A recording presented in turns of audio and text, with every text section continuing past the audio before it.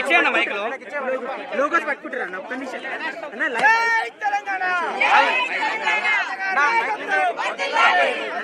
అన్నకి కెమెరా జై తెలంగాణ.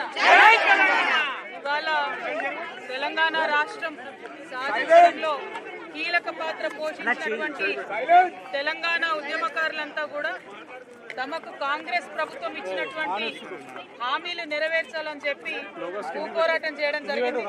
వారికి మద్దతుగా తెలంగాణ రక్షణ సేన నుండి మరి మేము మా పార్టీ శ్రేణులు అందరం కూడా పెద్ద ఎత్తున పోరాటంలో పాల్గొనడం జరిగింది. ఇవాళ నేను కాంగ్రెస్ ప్రభుత్వాన్ని ఒకటే మాట అడుగుతా ఉన్నా. మాట ఇచ్చింది మీరు, 250 గజాల జాగా ఇస్తామన్నది మీరు, పెన్షన్ ఇస్తామన్నది మీరు, అమరుల కుటుంబాలను ఆదుకుంటామన్నది మీరు. 30 నెలలు అయిపోయింది, ఇంకొక 6 నెలలు అయిపోతే ఎన్నికల సంవత్సరం వస్తుంది. అప్పుడు మీరు చెప్పినా మీ మాట వినేవాడు ఉండరు, ఏ ఆఫీసర్ కానీ ఎవరు కానీ. మరి ఇప్పటి వరకు కూడా కనీసం మీరు ఉద్యమకారులను ఐడెంటిఫై చేయలేదు. ఇప్పటి వరకు కూడా వాళ్ళకి ఎక్కడ ల్యాండ్ ఇస్తామో చెప్పడం లేదు. ఇప్పటి వరకు కూడా అమరుల కుటుంబాలకు ఏం చేస్తారో చెప్పడం లేదు. ఇవాళ ఈ తెలంగాణ రాష్ట్రంలో అమరవీరుల కుటుంబాలు ఘోష చెందుతూ ఉన్నాయి. ఇవాళ ఉద్యమకారుల నెత్తురు చిందించిన రేవంత్ రెడ్డి గారు, మీరు గుర్తుపెట్టుకోండి, మీ కౌంట్ డౌన్ స్టార్ట్ అయింది ఈ రోజు నుండే.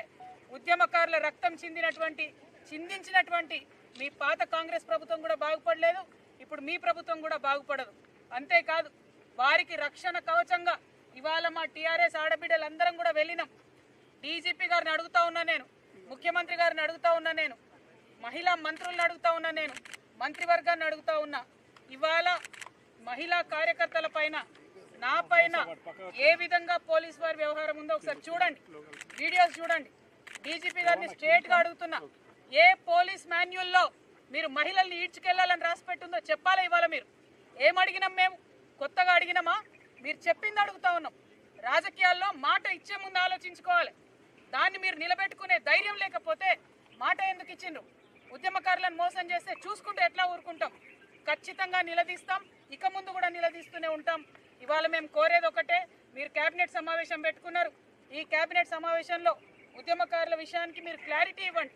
ఎప్పుడు భూమి ఇస్తారో చెప్పండి, వారికి ఎట్లా న్యాయం చేస్తారో చెప్పండి. కానిస్టేబుల్ అభ్యర్థులు ఉన్నారు, వాళ్ళు సెక్రటేరియట్ ముట్టడి చేస్తూ ఉన్నారు, వాళ్ళకి ఎట్లా న్యాయం చేస్తారో చెప్పండి. ఊరికే కేబినెట్ మీటింగ్లు పెట్టుకోవడం, మెట్రోలని మూసీలని పెద్ద పెద్ద వాళ్ళ మాటలు మాట్లాడడం, మీరు ఇచ్చిన 6 గ్యారెంటీలు అమలు చేయకపోవడం ఇది కరెక్ట్ కాదు. ఖచ్చితంగా ముఖ్యమంత్రి గారు, కాంగ్రెస్ ప్రభుత్వం ఆన్సర్ చేయాల్సిందే. ఇదంతా ఒక దిక్కు నడుస్తుంటే బీఆర్ఎస్, బీజేపీ, కాంగ్రెస్లో ఉన్నటువంటి ఎవరు కూడా ఉద్యమకారుల అరెస్టును ఖండిస్తలేరు.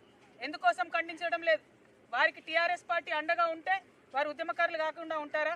ఇవాళ ఉద్యమకారుల మీద లాఠీలు ఎట్లా విరుగుతాయని అడిగేటటువంటి ధైర్యం ఎందుకు ప్రతిపక్షాలు చేస్తలేవని ఈ సందర్భంగా మేము ప్రశ్నిస్తూ, ఏది ఏమైనా తెలంగాణ ఉద్యమకారుల పక్షాన మేము ఇవాళ మొదటిది ప్రారంభించినాం, ఇది కంటిన్యూ అవుతుంది. వారికి భూములు ఇచ్చేంత వరకు కూడా కంటిన్యూ అవుతుంది.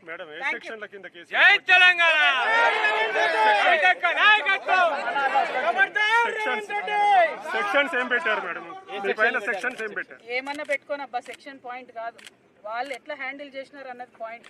ఇవాళ అంత కక్షతోని ఉద్యమకారుల పక్షాన నిలబడ్డ మమ్మల్ని ఈడ్చుకొని వెళితే ఏమన్నా అవార్డు వస్తుందా ఈ గవర్నమెంట్కి? ఇచ్చింది మాట వాళ్ళే కదా. ఇచ్చిన మాట నిలబెట్టుకునేటటువంటి ధైర్యం లేనోళ్ళు, ఆ మాత్రం గుండె ధైర్యం లేనోళ్ళు, ఆ మాత్రం పరిపాలన చేసేటటువంటి శక్తి లేని వాళ్ళు మాటలు ఎందుకు ఇవ్వాలి? 6 గ్యారెంటీలలో 1/2 గ్యారెంటీ నిలబెట్టుకున్నారు. ఒక్క ఫ్రీ బస్ తప్ప ఏమైనా ఇచ్చిండ్రా?